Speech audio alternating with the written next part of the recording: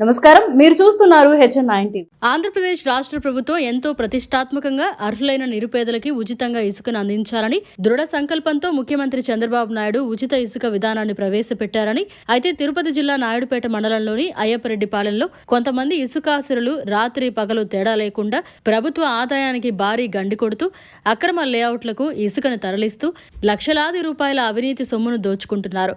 ఎవరైనా అక్రమ ఇసుక రవాణా ట్రాక్టర్లను ఆపితే మా ఊరు మా ఇసుక, మా ట్రాక్టర్ మా ఇష్టం అంటూ దౌర్జన్యానికి పాల్పడుతూ నానా దుర్భాషలాడుతూ వారిని భయభ్రాంతులకు గురిచేస్తున్నారు.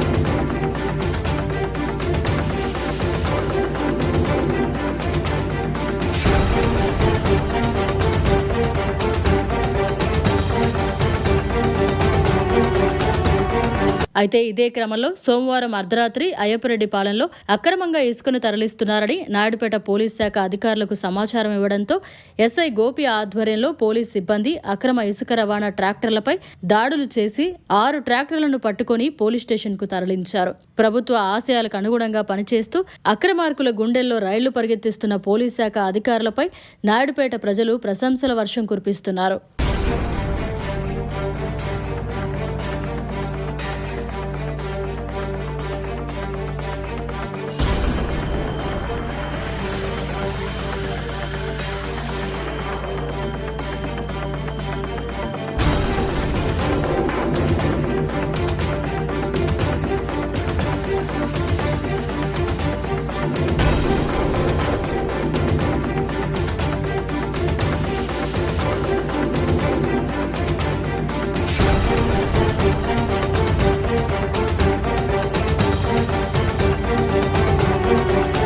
మరిన్ని అప్డేట్స్ కోసం మన HN9 టీవీ ఛానల్ ని సబ్స్క్రైబ్ చేసుకోండి.